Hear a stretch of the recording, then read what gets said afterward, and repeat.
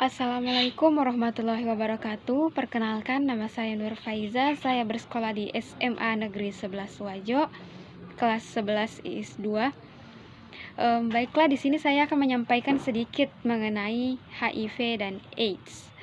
Banyak orang yang mengira bahwa HIV dan AIDS adalah dua hal yang sama. Namun, kenyataannya HIV dan AIDS merupakan dua kondisi yang berbeda. Sederhananya, HIV dapat menyebabkan penyakit AIDS. Pertama-tama kita akan membahas definisi dari HIV dan AIDS. HIV atau Human Immunodeficiency Virus adalah virus yang menyerang sistem kekebalan tubuh, yang selanjutnya melemahkan kemampuan tubuh untuk melawan infeksi dan penyakit. Obat atau metode penanganan HIV belum ditemukan, namun dengan menjalani pengobatan tertentu, pengidap HIV bisa memperlambat perkembangan penyakit ini, sehingga pengidap HIV bisa menjalani hidup dengan normal. Kemudian AIDS atau Acquired Immune Deficiency Syndrome adalah kondisi di mana HIV sudah pada tahap akhir infeksi, sehingga seseorang yang mengalami AIDS tubuhnya tidak lagi mampu untuk melawan infeksi. Faktor resiko HIV dan AIDS. Nah, di sini saya akan menyebutkan beberapa kelompok orang yang lebih beresiko terinfeksi, antara lain: yang pertama, orang yang melakukan hubungan intim tanpa kondom, baik hubungan sesama jenis maupun heteroseksual. Yang kedua adalah orang yang sering membuat tato atau memasang tindik. Yang ketiga, orang yang terkena infeksi penyakit seksual lain. Yang keempat, pengguna narkotika suntik. Yang kelima, orang yang berhubungan intim dengan pengguna narkotika suntik. Penyebab HIV dan AIDS. Nah, kalau di Indonesia sendiri, penyebaran dan penularan HIV paling banyak disebabkan melalui hubungan intim yang tidak aman dan bergantian menggunakan jarum suntik yang tidak steril saat memakai narkoba. Seseorang yang terinfeksi HIV juga dapat menularkan HIV kepada orang lain loh.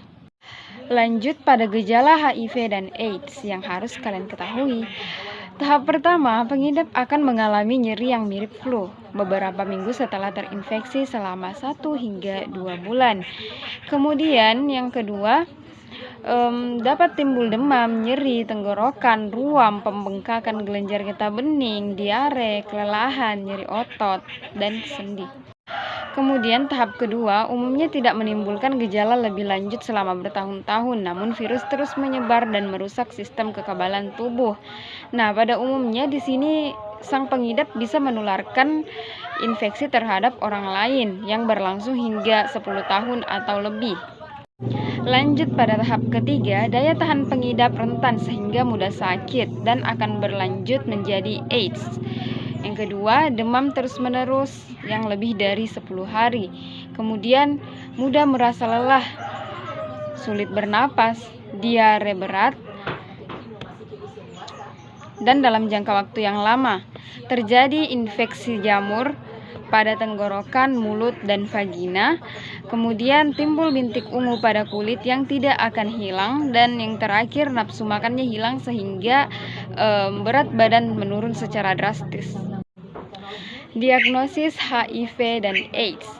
Tes HIV harus dilakukan untuk memastikan seseorang mengidap HIV atau tidak. Pemeriksaan yang dilakukan sebagai langkah diagnosis adalah dengan mengambil sampel darah atau urin pengidap untuk diteliti di laboratorium. Jenis pemeriksaan untuk mendeteksi HIV antara lain: yang pertama adalah tes antibodi, yang kedua adalah tes antigen.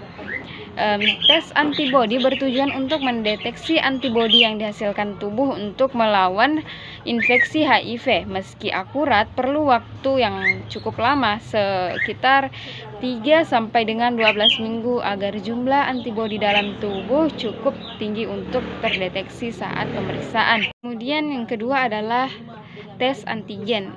Tes antigen bertujuan untuk mendeteksi protein yang menjadi bagian dari virus HIV, yaitu P24. Tes antigen tersebut dapat dilakukan 2 sampai dengan 6 minggu setelah pengidap yang dicurigai terinfeksi HIV.